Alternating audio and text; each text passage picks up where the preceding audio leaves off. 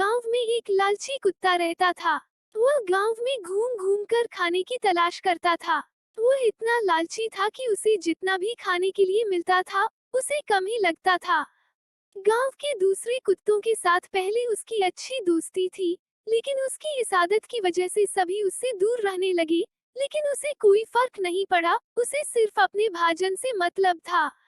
कोई ना कोई आते जाते उसे खाने के लिए कुछ न कुछ दे ही देता था। उसे जो खाने को मिलता उसे वो अकेले ही चट कर जाता। एक दिन उसे कहीं से एक हड्डी मिल गई। हड्डी को देखकर उसकी खुशी का ठिकाना न रहा। उसने सोचा कि इसका आनंद तो अकेले ही लेना चाहिए। यह सोचकर वो गांव से जंगल की ओर जाने लगा। रास्ते में वह पुल के ऊपर से नदी पार कर रहा था, तभी उसकी नजर नीचे नदी के ठहरे हुए पानी पर पड़ी। उस समय उसकी आंखों में सिर्फ हड्डी का लालच था।